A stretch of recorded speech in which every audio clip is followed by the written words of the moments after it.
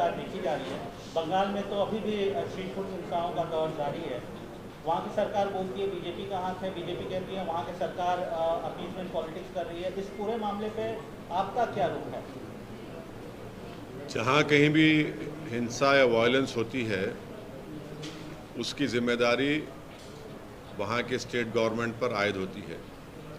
ये उनकी नाकामी है कि उन्होंने उस वायलेंस को रोका नहीं, और साथ ही साथ ये उन लोगों का भी उसमें इन्वॉल्वमेंट होता है जो अगर कोई प्रोसेशन निकालते हैं और वो प्रोसेशन में वायलेंस होता है तो जो ऑर्गेनाइजर्स है उनकी भी जिम्मेदारी उस पर आयद होती है कि उन्होंने उस वायलेंस को रोका नहीं बल्कि उसको आगे बढ़ाया भी। ये दो चीज़ें फैक्ट है, इसको कोई डिनाई नहीं कर सकता है।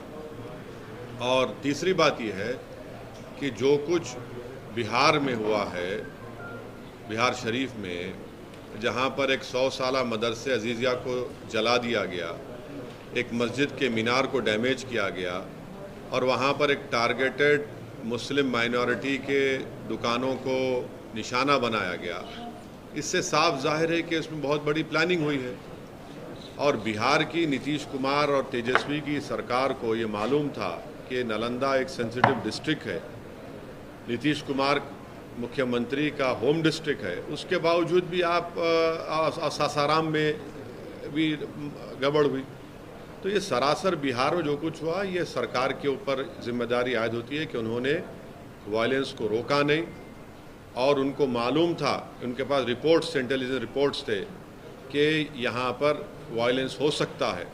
2016 में भी इस तरह का एक वायलेंस नालंदा में हुआ था, और अफसोस की बात यह है कि वहाँ पर एक मदरसे अजीज़िया को पूरा जला दिया गया। 100 साल का मदरसा, 4000 किताबें, उसमें कुरान करीम भी है, इन्हें मैन्युस्क्रिप्ट से, रेयर मैन्युस्क्रिप्ट, उसको जला दिया गया है।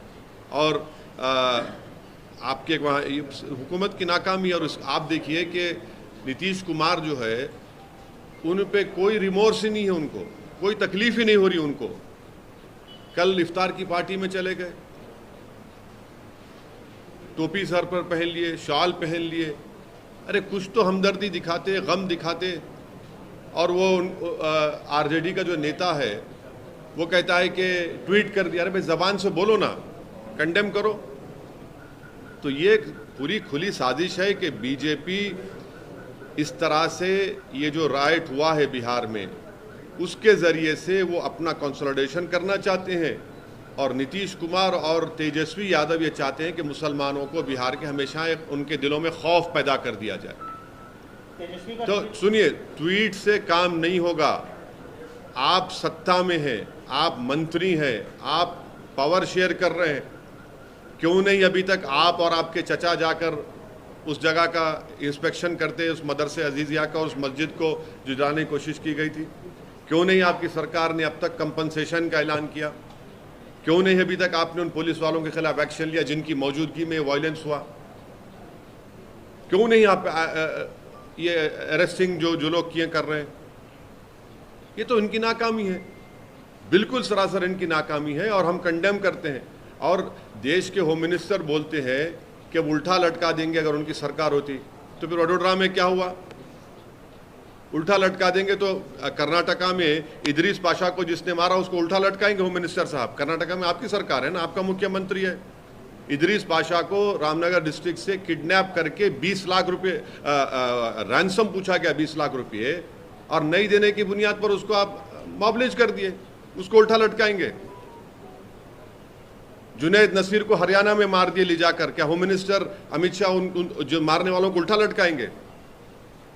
ये कौन सा ये बात करते हैं?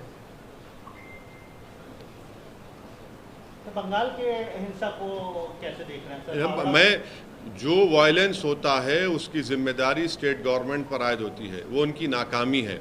और जो प्रोसेशन निकालते हैं उन पर भी जिम्मेदारी आयद होती है कि उनका प्रोसेशन निकाला गया, उनकी भी जिम्मेदारी होती है कि वायलेंस को ना होने दें। ममता बनर्जी ने ये बोला है सर कि जहाँ से प्रोसेशन निकलता है वो मुस्लिम इलाके में नहीं जाए, और उन्होंने ये भी बात कही है कि सेंटर से लोग आए थे, 5 स्टार होटल में रुके थे और उन्होंने पूरी साजिश रची है। तो आप क्या सो रहे थे?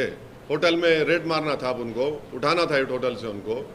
और अगर जुलूस का परमिशन जो एक रूट दिया गया था, अगर रूट से अगर कोई डाइवर्ट कर रहा है तो आप उनको रोक देते वहाँ पर।